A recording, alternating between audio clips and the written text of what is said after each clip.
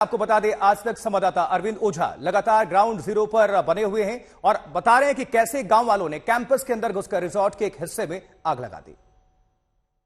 इस वक्त हम पुलकित आर्या के रिजॉर्ट में हैं और रिजॉर्ट के पिछले हिस्से की तरफ देखें तो ये अचार बनाने की फैक्ट्री बताई जाती है और यहाँ पर लोकल लोगों ने आग लगा दी है।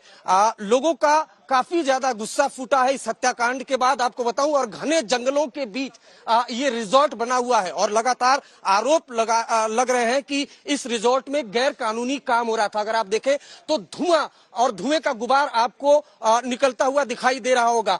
यहाँ पर भी तोड़फोड़ की गई थी ग्रामीणों के जरिए। आप देख पा रहे हैं काफी लग्जरी आलीशान ये जो रिजॉर्ट है और रिजॉर्ट के पीछे ये अचार बनाने की फैक्ट्री, और ये भी बताया जाता था कि पुलकित आर्या वो यहीं रहता भी था। आग लगने के बाद अब उत्तराखंड के 4 जवान यहाँ आपको दिखाई दे रहे होंगे, अभी अभी यहाँ पर पहुंचे हुए हैं।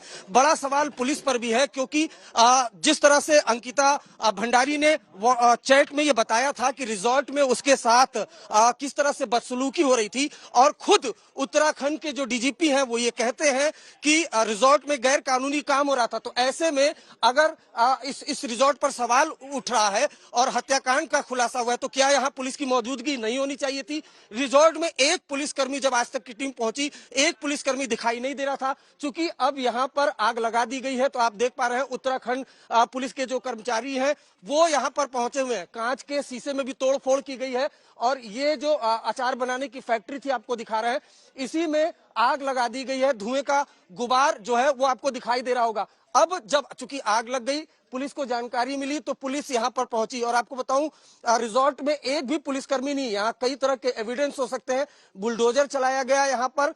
एविडेंस अभी तक पुलिस पूरी तरह से इकट्ठा नहीं कर पाई है। इन सब के बीच ग्रामीणों का गुस्सा जो है वो फूटा है। इस फैक्ट्री में आग लगा दी गई है, रिजॉर्ट में काफी तोड़फोड़ की गई है। जहां तो प्रशासन ने आरोपी के रिजॉर्ट पर बुलडोजर चला दिया और यह पैगाम दिया है कि अपराधियों को बख्शा नहीं जाएगा। हालांकि रिजॉर्ट को जल्दबाजी में गिराने पर भी सवाल उठ रहे हैं। ऋषिकेश में घने जंगलों से होते हुए हम पहुंचे हैं उस रिजॉर्ट पर जहां पर अंकिता भंडारी काम करती थी। यहां पर बुलडोजर चला कल देर रात, लेकिन इस बुलडोजर पर भी सवाल है क्योंकि 23 तारीख को इस पूरे मामले का खुलासा होता है। तीनों आरोपी गिरफ्तार होते हैं और उसी रात बुलडोजर यहां पर चलता है। कायदे से पुलिस को यहां से तमाम एविडेंस जुटाने चाहिए थे क्योंकि जिस तरीके से आरोपियों ने खुलासा किया और जिस तरीके से अंकिता ने अपने दोस्त से बातचीत में ये बताया था कि इस रिजॉर्ट में उसके साथ किस तरीके से बदसलूकी, छेड़खानी पुलकित आर्या ने की थी।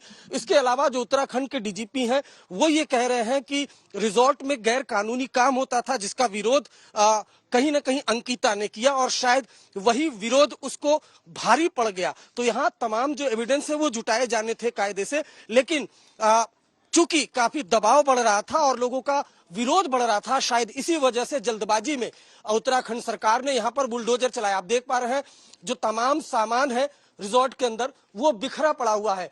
जो लोकल लोग हैं वो बताते हैं कि चूंकि ऋषिकेश टूरिस्ट एरिया है इसलिए यहाँ पर घने जंगलों में, देखिए आप यहाँ पर जंगल आपको दिखाई देगा, घने जंगलों के बीच इस तरह के छोटे छोटे रिजॉर्ट बनाए गए हैं और इसमें स्पा के नाम पर जिस्म फरोशी का धंधा होता है। और ये इंडिकेट कम से कम अंकिता भंडारी ने जो अपने एक दोस्त से सोशल मीडिया के जरिए बात की थी उसमें उसने बताया था, अपनी पूरी आप बीती बताई कि किस तरीके से जो पुलकित आर्या है जो अंकिता की हत्या का मास्टरमाइंड है वो 10,000 लेकर एक गेस्ट के पास जाने को कह रहा है। तो सीधे सीधे पूरा खुलासा होता है उस व्हाट्सएप चैट से। लेकिन इन सब के बीच अगर आप देखें यहाँ पर रिजॉर्ट में तो तमाम सामान बिखरा हुआ है। यहाँ कई ऐसे एविडेंस हो सकते हैं जो पुलिस को जुटाने जरूर चाहिए ताकि इस पूरे मामले का खुलासा हो सके कि आखिर अंकिता भंडारी की हत्या की असली वजह क्या है। कैमरामैन प्रदीप गुप्ता के साथ अरविंद ओझा, ऋषिकेश, आज तक।